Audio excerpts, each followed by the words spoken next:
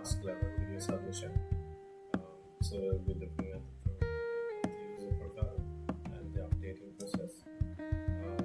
So in the previous video we showed the UI of the user profile and so on. We have been, as a recap, I want to this video just expands, but we are building an e-shop, or more rather an online platform that facilitates buying and selling of, in this case it's skills, services, and so we have completed the sign up and sign in, created a database, certain features to it that are in the previous videos, and then now we have created a user profile, and now it's about connecting it to the database and making it usable. So let's get it. So we'll look at it first once again. So this is the user profile. Once again, I have to remind that we cannot sign up and go straight into this.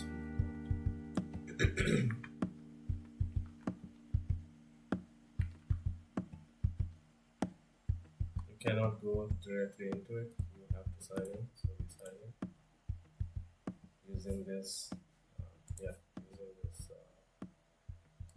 Profile test user, and as you can see, we have first name, last name, so we can change this whenever we want, but the email we have not given access to it because we have no way to authenticate or verify the user. If we change the email, that will cause some problems.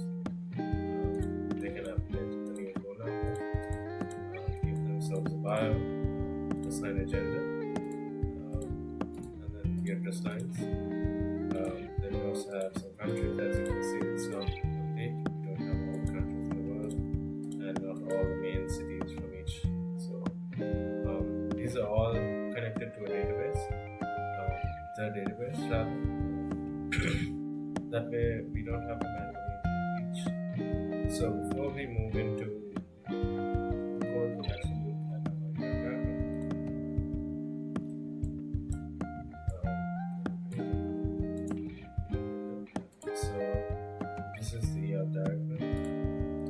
So as you can see, we've created a few new tables. We have a gender table, address table, city table, country table, all connected to the user profile. Earlier the user profile only had an avatar URL. Now we have added a mobile number.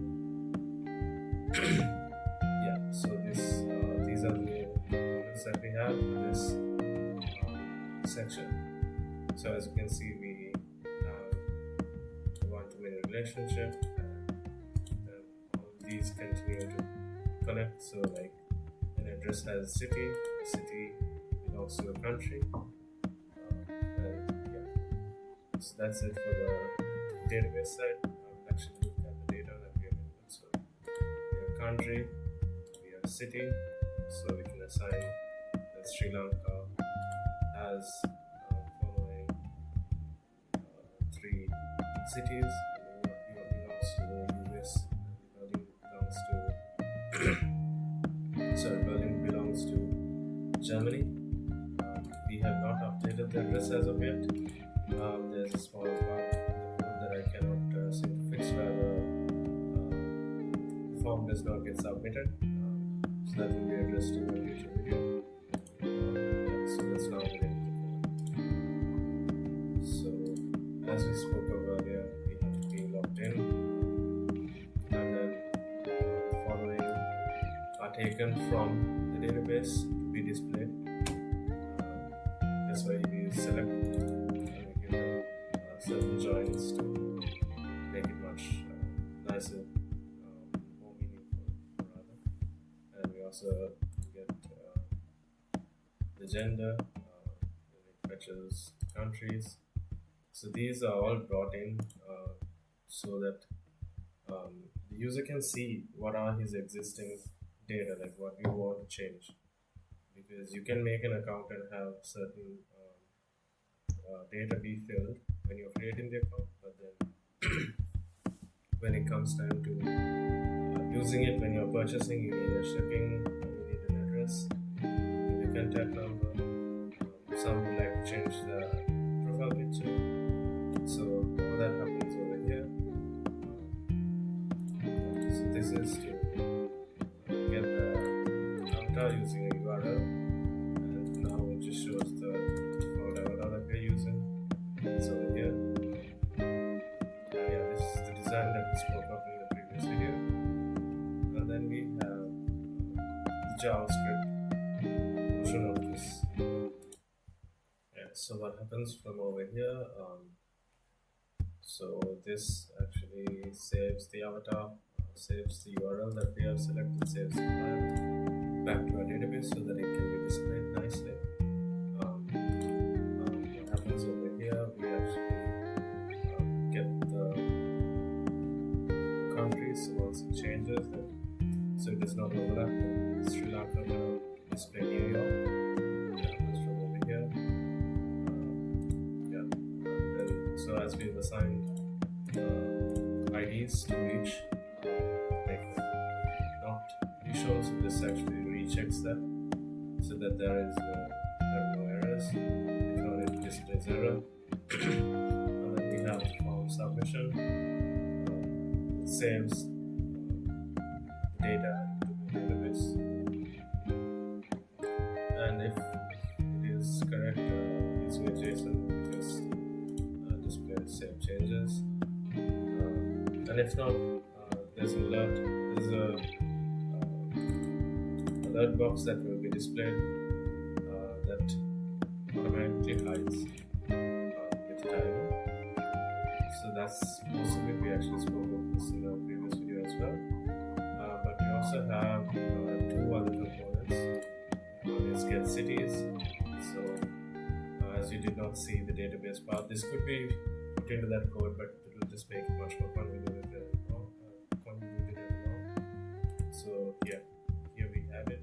So it selects the ID, the name, from city, other countries, country IDs, such, and then orders it by name. And that's the backend part for the country and city drop-down menus. And then we have finally the user profile update process. So first of all, we require that the connection is active and that there is someone logged in. And then we display. So we move on. So we get the user ID. This is used to get from data.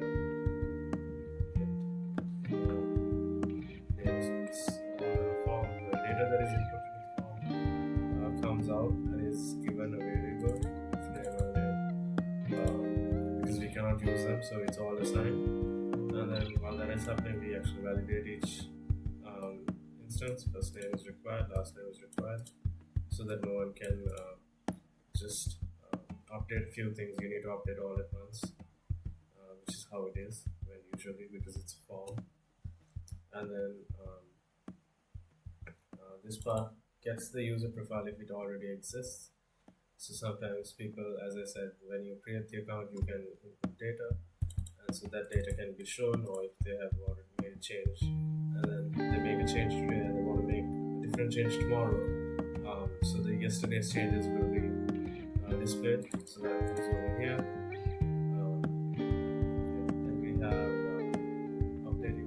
Address. So as shown in the diagram, we created a new table called address, and so line 1 is the compulsory one, and also it just if it doesn't get updated, it says fail to update user address. There are no addresses that I still about that I need to fix, which will be fixed in the future video and spoken of. And then we have updating the existing profile. So we can update query, we update the profile. And if there is no profile, so we create an insert new and create a new user profile. This could also happen if the user has logged in or made his account in a unusual way. And yeah, so this actually updates the session variables because the F name and last name, the first name and last name, if they change it now, over here I have test 3 for first name and last name, right? So if I change it to someone is testing or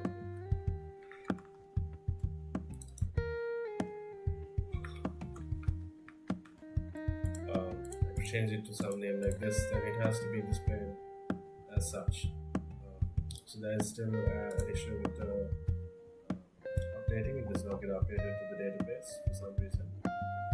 As you can see, if you go to the address, refresh it, there is no address over here. So that will be updated, but the rest of the code works. The UI is perfect.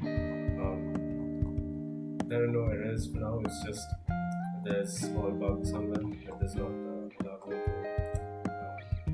continue. So that will be